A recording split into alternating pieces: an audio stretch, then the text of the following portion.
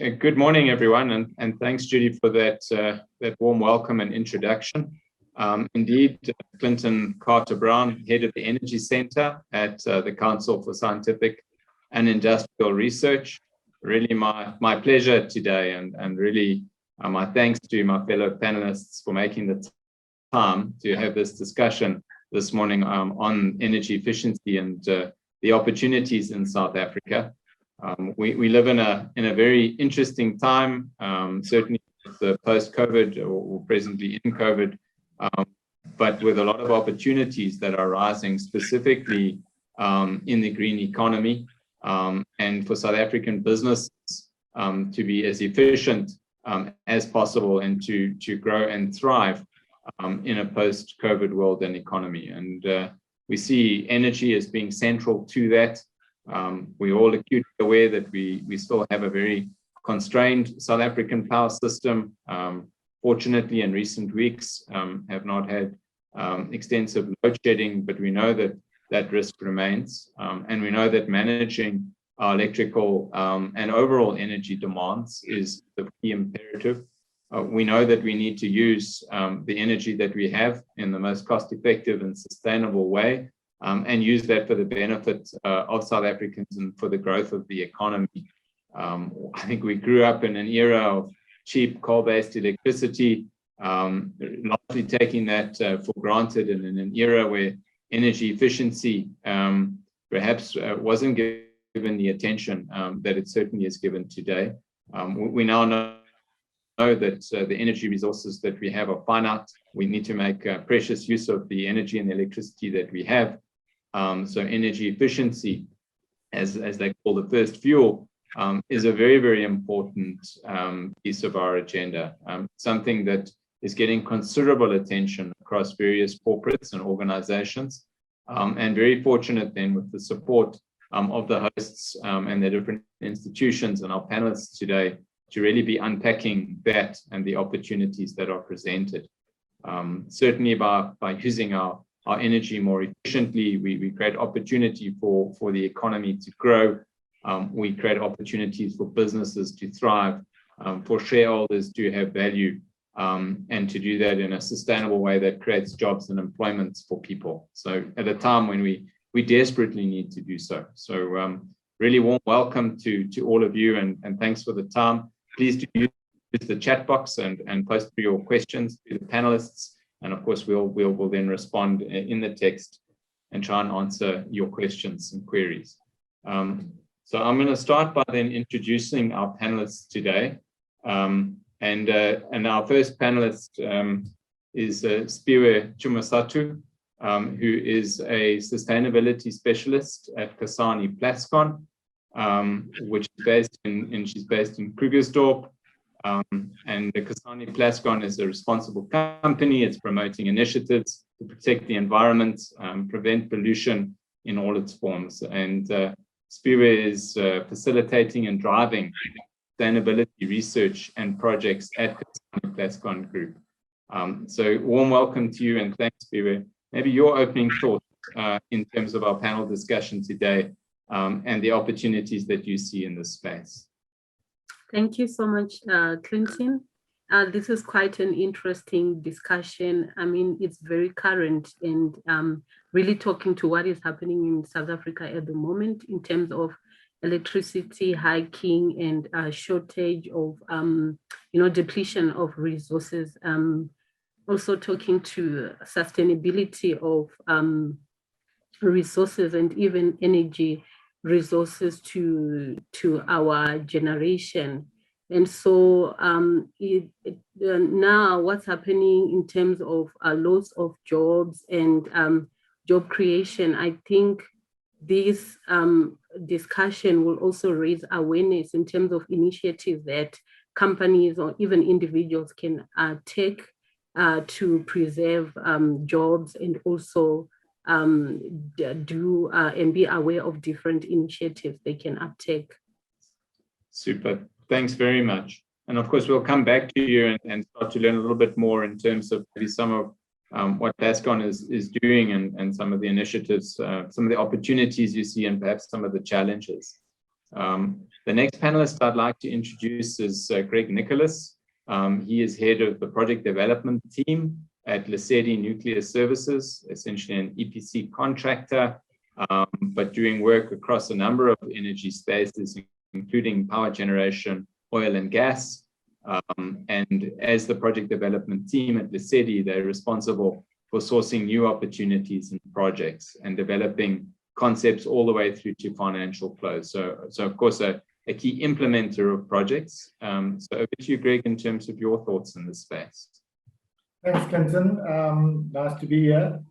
Yeah, I think we're in challenging times. There's a Chinese proverb or curse. It's actually a curse that says, "May you live in interesting times." And we're definitely living in interesting times at the moment, especially in South Africa. But wherever there's chaos, there's opportunity here as well.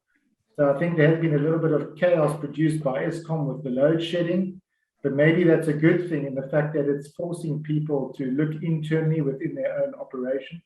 And as you said, many organizations have been grown up with almost unlimited cheap electricity and cheap energy, but that seems to be changing, and it's now making people focus on how they use these finite resources to the best of their ability. Because they're not finite and because there is such a strain, it is forcing us to drive the process and probably get the private sector to drive the process and be at the forefront of making sure that we use our energy as sustainably as possible and look at new ways of generating electricity and energy and using it. I'm certainly going to come back to you then further around some of the major opportunities you see in terms of linking the financing and getting the big projects going. So would very much like to unpack that further with you there, Greg. The next panelist for introductions, Argon Puran. Argon is with Green Cape, based in the Western Cape, where he's an energy services analyst on their services desk. He's got postgraduate studies in sustainable energy development, and he's been working both across public and private sectors in the energy industry. He's on the Green Cape Services desk, which is producing market intelligence reports, industry briefs, and case studies, as well as leveraging networks and catalyzing market interventions, specifically looking at the small-scale embedded generation space, which I think has also a lot of interest in terms of perhaps it's not energy efficiency, but certainly embedded or self-generation is a growing market of deep interest locally and internationally. Argon, your thoughts there? That introduction, Clinton. As Green Cape, we see energy efficiency as really the first step towards businesses taking a proactive role in their energy management and their own business resilience.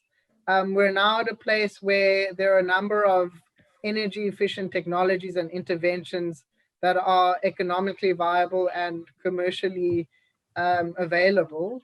And really, we're at a point where we're trying to raise awareness of how businesses can access these, access finance to implementing these. And as Green Cape, we're available to provide support through our business resilience program. So where we would encourage any business owners or executive decision makers to reach out to us and really start taking a proactive approach, because that's what's needed in the country. Thank you, Argon. Certainly going to come back, and I think the catalytic role that Green Cape are playing, specifically in the Western Cape, extremely interesting, and the impacts that you're having. And talking of which, grants me great pleasure to also introduce my colleague, Sachet Ramdari. He is the National Lead Project Manager for the Industrial Energy Efficiency Project at the National Cleanup Production Center for South Africa. Sachet is the national lead, and he's managing the delivery of the National Cleanup Production Center of South Africa services in the Jeff SA IEE project. Now, this is a very large industrial energy efficiency project, and very proud South African that it was recently awarded the highest international accolade as the top international energy project of the year, as awarded by the Global Association of Energy Engineers, in recognition of its efforts to transform energy use patterns in South African industry and in energy management systems across different economic sectors. So really great to have you with us, Sasha. Your opening thoughts, please. Thanks, Clinton. Thanks to the team for the invite and for your time. You know, we've been doing this work and been working in the space with South African industry since 2010. And over the years, we've supported in excess of 450 companies. The combined energy saving of approximately 6.5 terawatt hours of energy and relates to a cost saving of approximately 5.3 billion rand. Over the years, we've come to realize that there's a significant opportunity that exists within industry. And we unearthed that in operational control and behavior change, which accounts for approximately 47% of the energy we've saved South African industry. A mere 27% of that was due to just going and switching unnecessary equipment off in a number of industries and facilities across the country. So therein lies a huge potential benefit, and it's not going to cost us a lot of money. It's not a fancy solution. It's us going in and really doing the basics right. So I'm hoping we can unpack and maybe unearth some of those and really drive that message through to industry that you don't need a big budget to start doing energy efficiency. Thanks.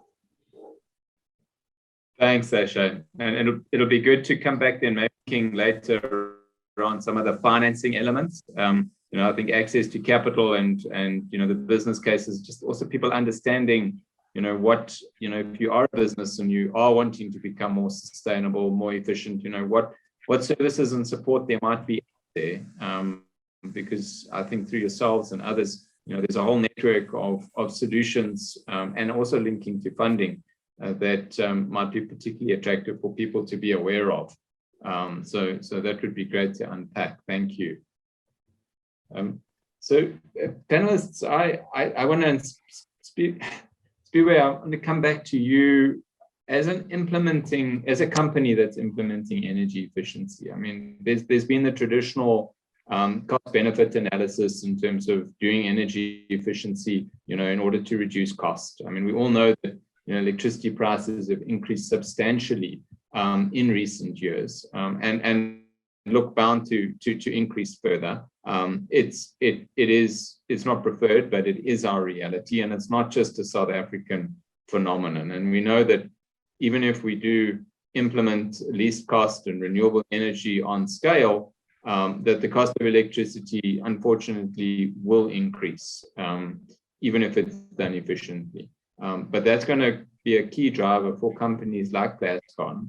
What have you seen as perhaps some of the other benefits in terms of implementing sustainability and energy efficiency in your organization?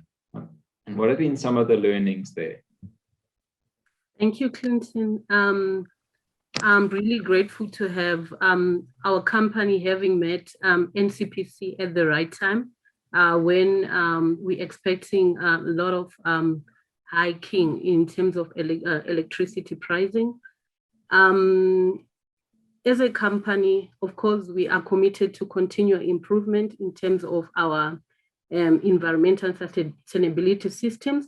But when we met with NCPC, we got a lot of knowledge that we didn't know, like in terms of implementing an energy management system in a logical and systematic manner. Because the way we were managing our energy system was sort of like a silo. You know, you got that commitment and you are keen to manage your resources and also the impacts that your industry exact to the environment, but you don't have the know-how of how to do it and where to start. So when we started implementing energy management system, we got a proper assessment, energy management assessment done to our company. And because previously as you know, there are so many chances in the industry. So many people are emerging in terms of trying to offer energy management services, but they will also silo, like maybe looking at one system and not looking at energy management system in a whole.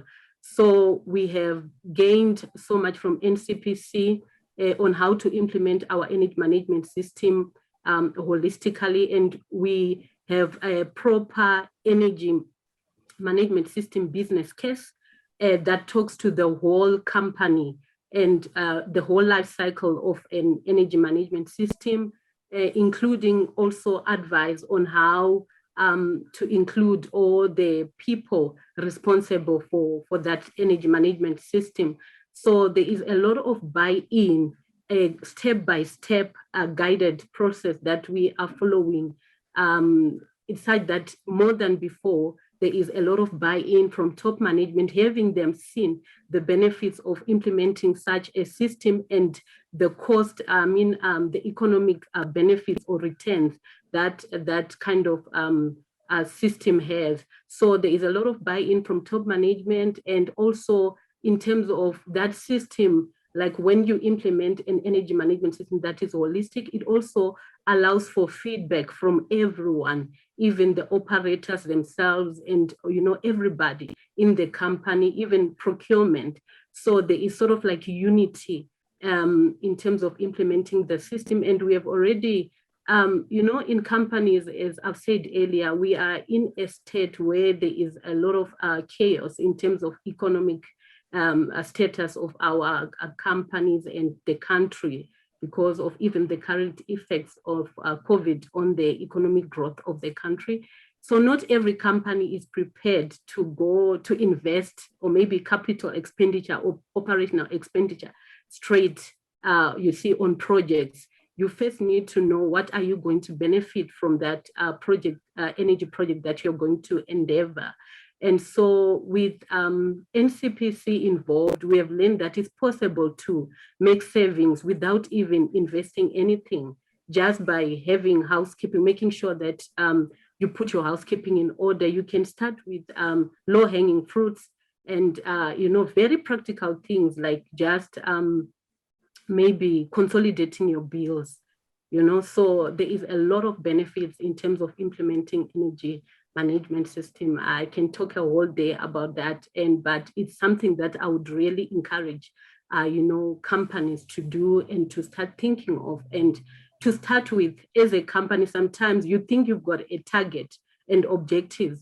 And when you start to read into these things, like, you know, starting to understand the concepts of energy management, you start to realize that no, even your energy target and objectives, they were actually wrong. Even the baseline itself was actually wrong, because you just take everything, you know, that you were doing traditionally. So we learned new stuff, like how to even set your objectives, your targets, right, and based on standards and tools, you know, energy management tools. So there is a lot of advantages, and that I will talk into as we proceed even. Thanks, Spiwe. And it sounds like you and Pascal have been through quite a journey there in terms of and reached out and were assisted by a number of other organizations. One, of course, being the NCPC, in order to you know, establish your baselines, establish your systems, establish your projects.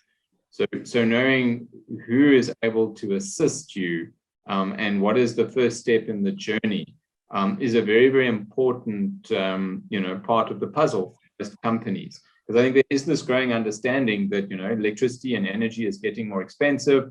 We also want to decarbonize, we want to manage risk, but where does one start? And like you said, Spiwe, it doesn't need to be big, expensive capital projects. Some of it can simply be optimization of existing processes at very, very little cost. But, you know, every journey starts with a first step. So, Arghun, I'd like to come to you then in terms of the Green Cape services and capabilities around, you know, how do you create awareness out there with customers with regards to energy efficiency? And what are then those first steps that those companies can take? And how then does GreenCape enable those customers to connect to the energy efficiency opportunities? Where do they start? Thanks. So as GreenCape, we're currently running a business resilience support program through the City of Cape Town and the Western Cape Department of Economic Development and Tourism. And basically what we're trying to do is connect a business who is trying to understand what their energy efficiency options are to reputable private sector ESCOs, to banks and potential financiers, but also to help them to just understand the real baselines of what monitoring they should be considering, why monitoring is such an important first step in understanding their usage and the main drivers of their consumption, and then also some of the energy efficient technologies that have arisen, things like refrigeration, efficient refrigeration, variable speed drives, improving the efficiency of the HVAC, things that have been around for a very long time, like LEDs, even if they haven't. There are a number of energy efficient technologies, and also a number of financing options, such as through the banks. And often the paybacks are within 3 years. So we just try to connect them, try to help them to understand these options that are available to them. And then what we'll also often do is then develop a case study to showcase, and we publish these case studies on our site and try to distribute them, because what we find is the barrier isn't so much financing anymore, it isn't so much technology, it's just the awareness and the initiative really to go out and implement these solutions. Thanks, Argon. So, and that's really important context in terms of then saying the technology is available, the financing is available. I mean, certainly if you go to most CFOs or CEOs of organizations and you talk about investments with less than a 3-year payback, I mean, those are normally very, very attractive options. You know, and most businesses can quite comfortably normally take a 3-year view. So we're not talking about renewable energy investments with maybe 15 or 20-year terms. We're talking about very short-term, very high financial return projects.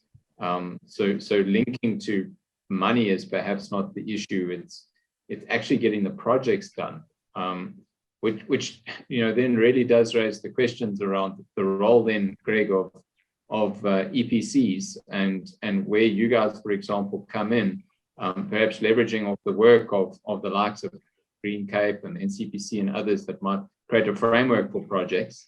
When do you get involved, and how do you then complement the work so that we can actually get the projects implemented? Thanks, Clinton. Just to follow on, firstly, from what Piwe mentioned to begin with, it's so important to get that buy-in right from the very top, but also to get them to pass the message down into their organization. And sometimes what we do find is that although there's a desire from the top to engage in some form of either energy management or alternative systems or looking at that, is that it's then passed on to a production team or somebody sitting on the production floor who's now got to run with it, who actually has a day job to do as well. So it's important that they actually bring in the right skills to management and make it one of their key performance indicators to drive energy efficiency. So they incentivize to make sure that it actually gets implemented. In terms of coming on board and looking at solutions, and when we do come on board, in some instances we are approached by organizations who say, listen, we've got a problem, or we approach them to tell them that they may have a problem, or we've got opportunities to find ways of reducing cost. There are two drivers. Number one, there are those organizations that are suffering, whether it's power outages or high costs or loss of production, whatever, that's demanding that they actually take action.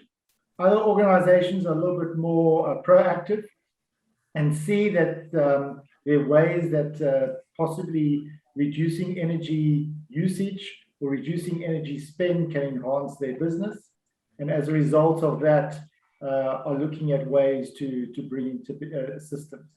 In addition to that, obviously changing legislation has facilitated and is promoting the options of looking at alternative systems to Eskom and grid type electricity. And where energy efficiency systems can then come on board is implementing localized systems which use all the facets of energy. So you typically can have combined heat and power systems, where typically you've got electricity supplied by Eskom, and then they've got on-site boilers producing heat for some of their processes. By now generating electricity at the area where it's demanded, you have the opportunity to possibly then use waste heat to complement some of the systems, providing both energy efficient systems, but also a reduction in electricity, in energy costs. And in addition to that, because it's on site and it's under their control, they then have a far more robust control over their energy usage and supply of energy, which enhances their ability to improve production and manage their own energy costs as well. Thanks, Greg. And I'm just reflecting as you were engaging there around both energy supply and demand. Traditionally they were very separate sectors, and electricity was very decoupled, for example, from thermal heat. If you wanted to raise heat, you'd put in a coal packaged coal boiler. You would do it that way. You wanted electricity, you got it from Eskom because that was cheap and reliable. Of course, those had substantial CO2 footprints, but pre, global warming and climate change concerns, those were not key drivers on pretty much anyone's agenda. Fast forward 15 years, very different. We now have a lot of technologies looking to optimize across end-use electricity and heat. Things like combined heat and power, waste heat recovery, even start to take in the future, things like the role of hydrogen into local transportation. We could be using battery EVs, forklifts, and we know already Anglo and others doing large-scale hydrogen into the likes of mine vehicles. So it's a changing environment with a huge blurring of the traditional, well, we supply energy and we use energy. And when we spoke about energy efficiency, it was always just end-use energy efficiency, things like optimizing variable speed drives, energy efficient lighting, those kinds of things. So I'm wondering, and Sasha, I just want to come to you in terms of the focus and where you guys see the market around these things. Is the primary focus still just on end-use efficiency and optimizing and reducing that, or are the services and the capabilities and the opportunities also starting to include, the actual on-site or localized supply of energy, and through that, getting, benefits of energy? I mean, to be generating a whole lot of coal-based power and throwing that heat away versus using it in a local industrial process. Thank you, Clinton. Yes, as I said previously, close to 50% of those savings we've been seeing and enjoying in industry, largely through the implementation of operational control. But certainly the market really opening up, and companies that we previously dealt with now knocking on our doors and asking us about hydrogen, asking us about waste heat recovery. And, a large focus of the last, or from now till the end of the year in the industrial energy efficiency project is some flagship projects, some of which we've even started with the Energy Center at the CSR in analyzing waste heat recovery options within facilities.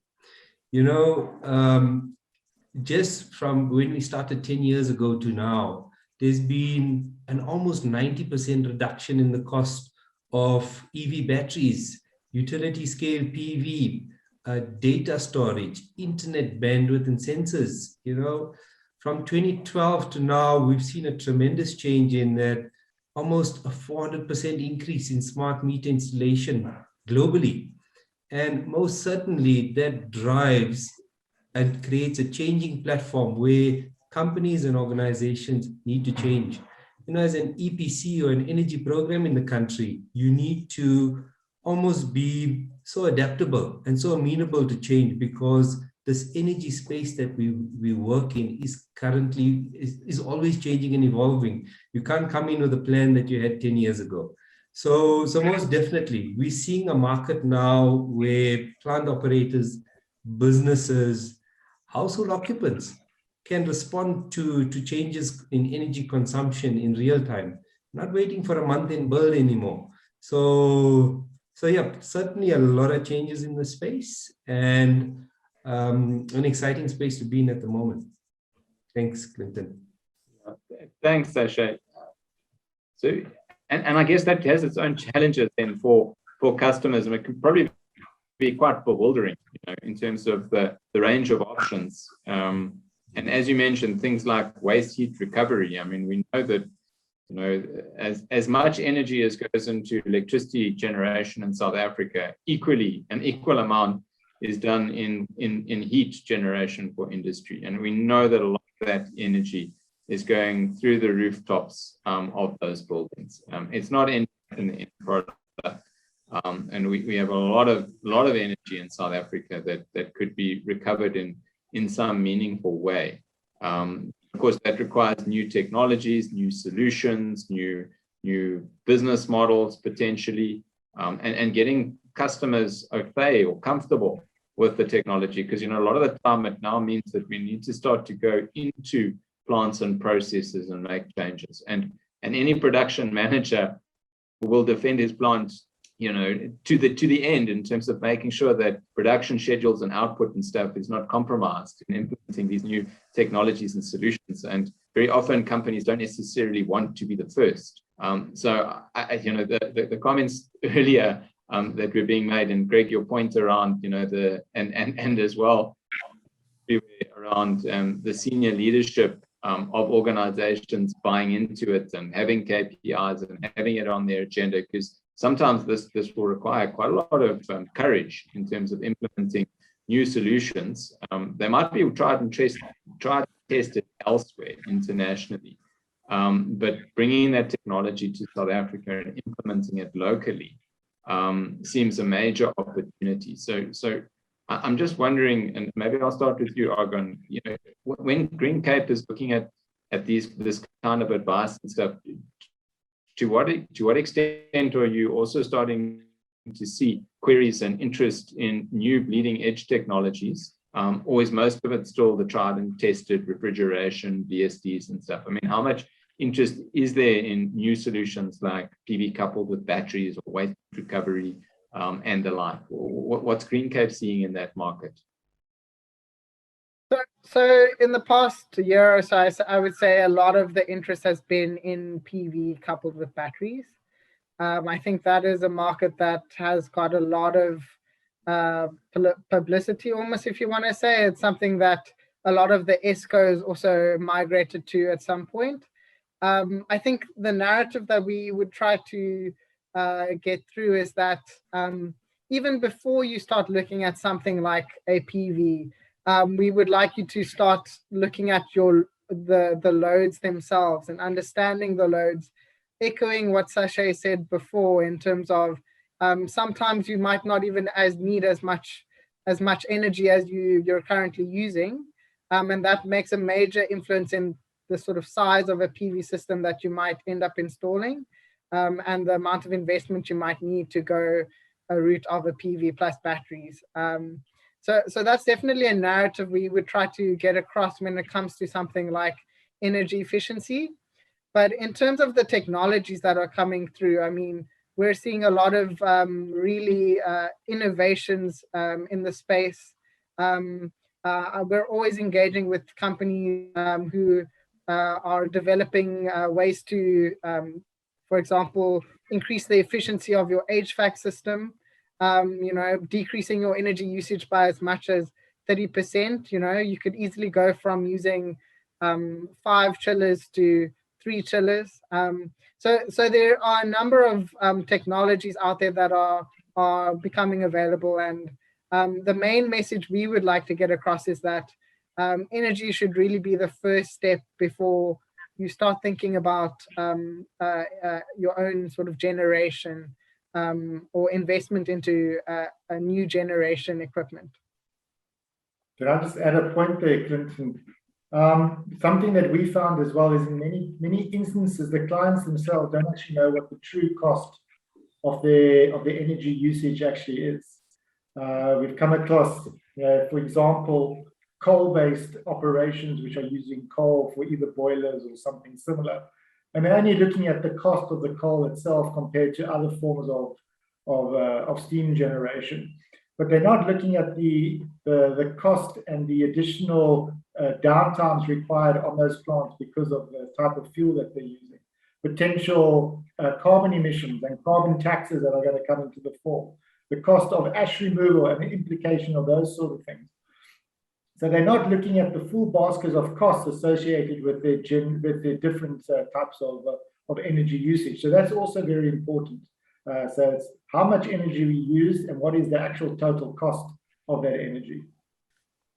Clinton, I would just like to comment on the waste heat recovery, something that I've observed in our space. All right. We are taking our waste, for example, to waste companies that are doing waste heat recovery. But what I've discovered is that option is quite sustainable, but at the same time, it's quite expensive as well. So I would also like to encourage sort of like synergies and from different companies, and also awareness in terms of how that sustainability can be like achieved, but at least at a reasonably priced services in the industries. So I've observed that whilst it's quite reasonable, but it's quite sustainable, but sometimes it comes at a price. So when you just do researches, you discover that in the developed countries, it's quite common, initiatives, and it's what is upcoming now in the developing world space. And that awareness of where you can get synergies with such companies, I think it's something that industries we need. We need to be aware of which kind of industries can you, partner with when you want such kind of a service as well. That's a really interesting and big challenge there. And I think that's where, if we reflect on some of the eco-industrial parks and others that are being set up, such as the Atlantis one and the Western Cape and others, are actively looking at how they could get synergies between industries to drive efficiency. And perhaps that's now taking it even to the next level, where one is saying, okay, traditionally I looked at my load and I optimized that, my end-use efficiency. As the colleagues were saying, start there. I mean, don't set a PV plant to supply a whole lot of load that you don't actually need to supply because to reduce the load. So we start with the basics. We start with the process optimization. We look at the integrated solutions within a plant, but then we start to think bigger and we start to think, well, how can we thrive as a broader economy? How can the waste of one industry be an input fuel or a feedstock to another in terms of a circular economy sense? So I think it's interesting. And even the NCPC and others are actively starting to look at with partners such as Atlantis and others, what are those opportunities then for industries to actually partner to overall increase their energy efficiency? I wonder, colleagues, if anyone's got any further thoughts on that. I mean, how is that a next step in the evolution? Are we already starting to see that? I mean, is Plascon and others already reaching out to other companies that might be users of their waste?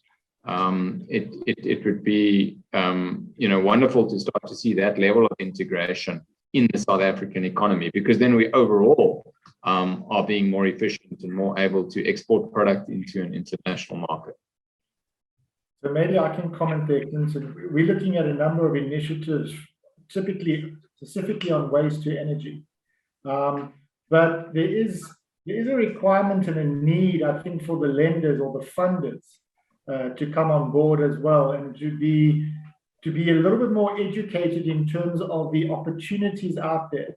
Obviously, we understand they want to protect the capital that they're investing into projects, and as a result of that, simple and bankable type operations such as wind, PV, batteries, whatever, they're easy to bank. But when we're talking about more bespoke type technologies and installations, waste to energy being one of them, which have a huge range of benefits from an environmental and an energy perspective as well. Employment, social improvements to the local areas, actually, the range of benefits are numerous. But because of the lack of implementation in South Africa and in Africa in general, there is a lack of understanding as to what is required and how these systems operate. And as a result of that, the lenders are sort of leaning on their requirements on systems like PV and wind, and they try to apply the same rules to waste to energy. One of the biggest issues on waste to energy is banking the fuel supply, the waste. Where is that coming from? So there definitely needs to be a change in that mindset, but aligned with that, there needs to be an involvement from industry to understand what waste can be used, but most importantly, also an alignment with the municipalities, who are the largest collectors of waste in the country, for them to come on board and to work with industry to look at implementing these types of systems. Thanks, Greg. And getting the projects bankable and getting the financiers totally comfortable, as they have with certain technologies, as we take it to the next level, is going to be really, really important. I mean, Sasha, from your perspective, from the program perspective, how are you then trying to get market comfort with some of the new technologies, or is really a lot of the focus, and perhaps understandably so, on doing the basics? Because sometimes, colleagues, we do, and maybe also as an R&D institution like the CSR, we want to play at the bleeding edge and get involved in those technologies, which is great. But a lot of the time, 80% of implementation will be the tried and trusted. I mean, how much opportunity do we still have in the South African market to be implementing technologies that are tried, trusted, and it's simply a matter of scale up to get the benefits, versus new technologies, new thinking that would require new models, getting financiers comfortable? I mean, what are you guys seeing in that space, Sasha? And I'm not saying that we shouldn't do the novel stuff. That's really important, and one wants to do that. But how much of the real savings and magnitude of the market out there is in the tried and trusted things that we could implement now today easily? No, Clinton, what you speak about is very relevant. And when we speak to companies and we speak to them about novel and new technologies, effectively, they want to touch and see and feel this before they go about investing money in it. So what we've done is we've really funded some feasibility assessments in the solar thermal space. We've done some really good linear differential modeling, different solar thermal applications that can be widely applicable to a number of industries in South Africa. And this is really to open the eyes to the South African market as to the solar thermal potential that exists.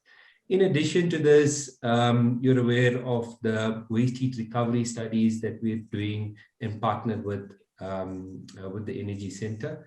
But there's a few of these, and essentially, our aim is to really sort of bridge that gap and get industry to start thinking about different technologies, linking them up to funding with the waste heat or with the solar thermal projects. We're looking at SANEDI funding and grants to help industry really implement some of those projects. So I think there's a gap that needs to be covered, but certainly industry is now opening their eyes to a lot of the opportunity that exists, and they're looking for a solution. They want to reduce that reliance on the Eskom grid, and we're seeing it more and more each day as we speak to clients. There's an energy efficiency benefit, there's a cost benefit, but by far and large, there's a being sustainable benefit and being able to power your operation during or throughout load shedding. So that's significantly something that we've seen. In addition, and I'd like to comment on the eco-industrial parks that you mentioned, there's just so much focus and attention on that from government and international stakeholders. UNIDO is in the final stages of funding an eco-industrial parks project. And that really is the next step that we see a lot of the IEE project resources feeding into, working with parks that have been identified as a focus area by government and industry and international stakeholders, and really the huge potential benefit that lies in, number one, industrial symbiosis. So getting companies to feed streams to each other, predominantly waste streams. But I think in that, there's been an unearthing of the potential for waste or heat exchange, energy exchange within businesses. And I like to call it waste heat exchange within businesses, within industrial parks. So certainly a focus, and we're looking to see a lot of movement happening in that space, especially with the launch of the eco-industrial parks project around about the first quarter of next year. Thanks. Wonderful. Thanks, Sasha. And I'm reflecting in a country that really needs good news and needs to create, grow the economy and create jobs. I'm wondering, colleagues, if you've got any thoughts there in terms of, and your own experiences in your organizations around, the job creation and the potential. I mean, Greg, you've mentioned it a couple of times in terms of the further spin-offs. And one of them is by doing this, it's largely the private sector at play. I mean, it's wonderful to have UNIDO and CPC and other partners that provide an enabling framework, provide assistance. But when it comes to implementing the projects, a lot of that gets done and driven by the private sector. Going forward on scale, there's a lot of opportunity for a lot of that equipment to be localized and manufactured. A lot of it already is. And with that comes jobs that we so desperately need. What has been the experiences there and with the organizations that have been implementing these as well? I mean, has it resulted in job losses, in implementing things more efficiently, or are we actually helping to create and grow the economy? Because that is a very, very key driver, of course, and getting the support to do these things en masse when it's going to create jobs in a sustainable way, whilst also impacting positively on climate change. That's just a wonderful nexus. What are we seeing? What are the experiences in terms of that? It can only help, Clinton. And by facilitating economic growth, you're going to facilitate jobs and everything that goes around it. And by improving your energy efficiency, improving the robustness of your energy supply, you just have to then enhance the ability of industry to then grow their own operations. Because, I mean, majority of the industries are using energy for an additional requirement. They're either producing something, or they're sitting in a room processing data, or doing whatever. But they're using the energy, it's an input into their organization. If they can reduce those costs, it then gives them additional capital to then employ in possibly growing their organizations, and thus growing the economy as a whole. And we all know that, one job, one person generating additional income, what that does for the ripple effect through the economy, being able to educate their children, spending money elsewhere, which creates jobs down the line. I think also, as a bit of an aside from that, some of the systems that we need to look at that from an energy perspective as well, the ones that do create employment and long-lasting employment, as opposed to just instantaneous employment due to the deployment of the systems. And there we possibly need to differentiate between the sort of renewable energy systems, which provide electricity during daylight hours or when the wind's blowing or whatever, as opposed to baseload systems, which operate 24 hours a day and typically have a greater demand for skill and expertise during the actual operations of the maintenance of the plant. So over a 20-year lifespan of the plant. You know, you take a solar PV or a wind installation, there's not much required in terms of long-term operations and maintenance from a manpower perspective. Yes, they're cleaning panels and maintaining turbines and the like. You compare that to a biomass plant, where you've got people collecting the biomass, maintaining the plant, operating the plant on a 24-hour basis. You've got probably a 4 or 5 shift system, and you've got everything from skilled expertise to unskilled labor. You're servicing, you know, the labor force across the board. So we mustn't underestimate the value of that as well, and those types of systems. And we need to be implementing more of those as well, not just discounting them purely on a cost basis.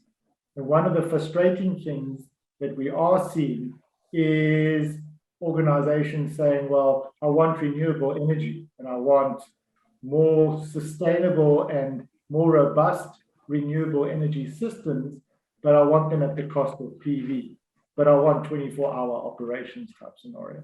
So, you know, we need to understand the disconnect and educate industry with regards to the different types of systems. And I think we need to educate industry, as I think Sasha has said, the low-hanging fruit in finding ways to reduce energy consumption, and then also the best ways, not necessarily the cheapest, but the best ways to supply that energy. Super. Very much, Greg. So, colleagues, yes, please go for it, Spiwe. To me, Clinton, I would say implementing energy efficient systems is brought quite a lot of hope in terms of job preservation. In my case, like practically, I've seen a lot of job losses of late. But now having a very clear business case of initiatives, energy efficiency initiatives, you can practically quantify or the savings that you're going to realize on a certain on energy efficient projects, and you can quickly even see kind of like let's say you are faced with maybe there is job losses at the company. You can fight against the job losses vis-a-vis the projects that you want to put across. So there is a lot of hope and job preservations with coming with energy efficient projects. I can give an example, like for example, when we had our energy efficient project, you could see and quantify the projects, the savings, economic returns that you're going to realize immediately when you implement the energy efficient project. So you can see even the jobs that you can save for those particular initiatives that you are going to implement. And previously, before you engage in any energy efficient journey or system projects, there is sort of like that feel that energy management or energy projects is a once-off something that you can do once off. There is not that systematic approach to approaching energy efficient projects. So companies would think that, okay, fine, if we are going to realize maybe 10,000 in implementing this, it's a once-off benefit. But when you start to implement energy management system implementation as a day-to-day continuous basis, you will see that it's going to make you to realize benefits that are continuous and sustainable, so much that it can create employment that is sustainable, and not only as a project, once-off project, because you are going to set up even short-term medium-term, long-term projects and objectives that are even, sustainable and continuous for your organization. So it's something that is continuous. It's not only a once-off project that you are going to do.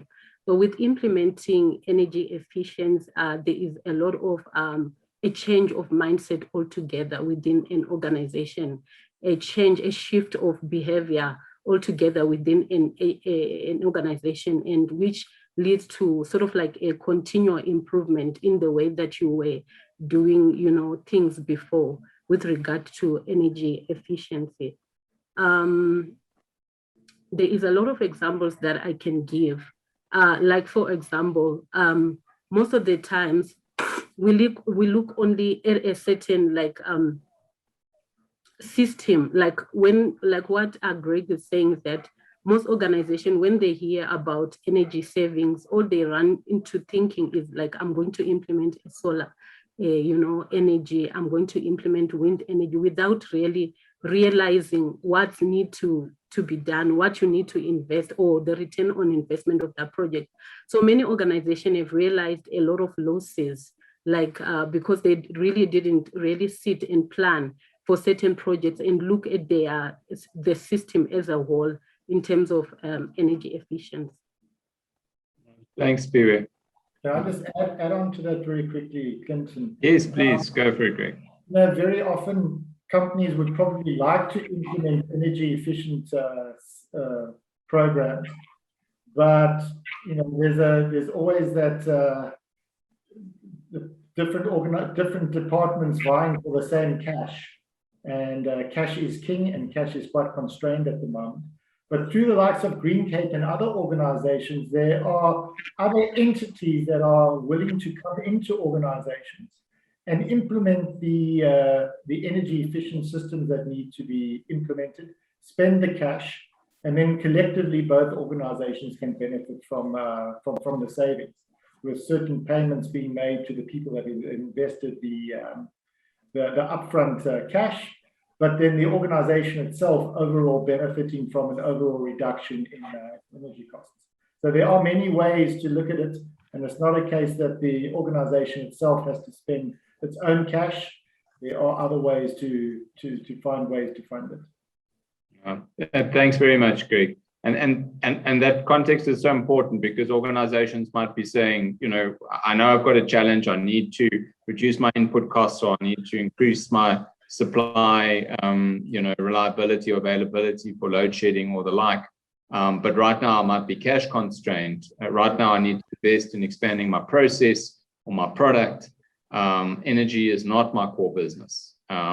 So, why would I start and where do I start? And I think just knowing that there are organizations out there, Greencape, NCPC and others, through the various programs that provide the services that say, look, you don't need to be the energy expert.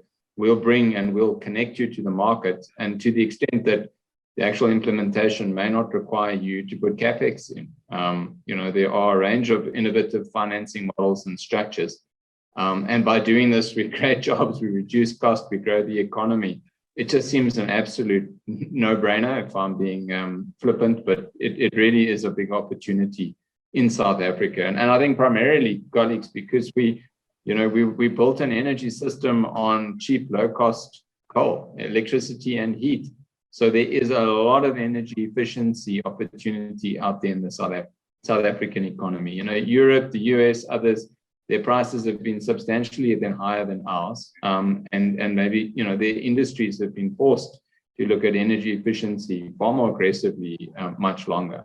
I think we are looking at it seriously in South Africa.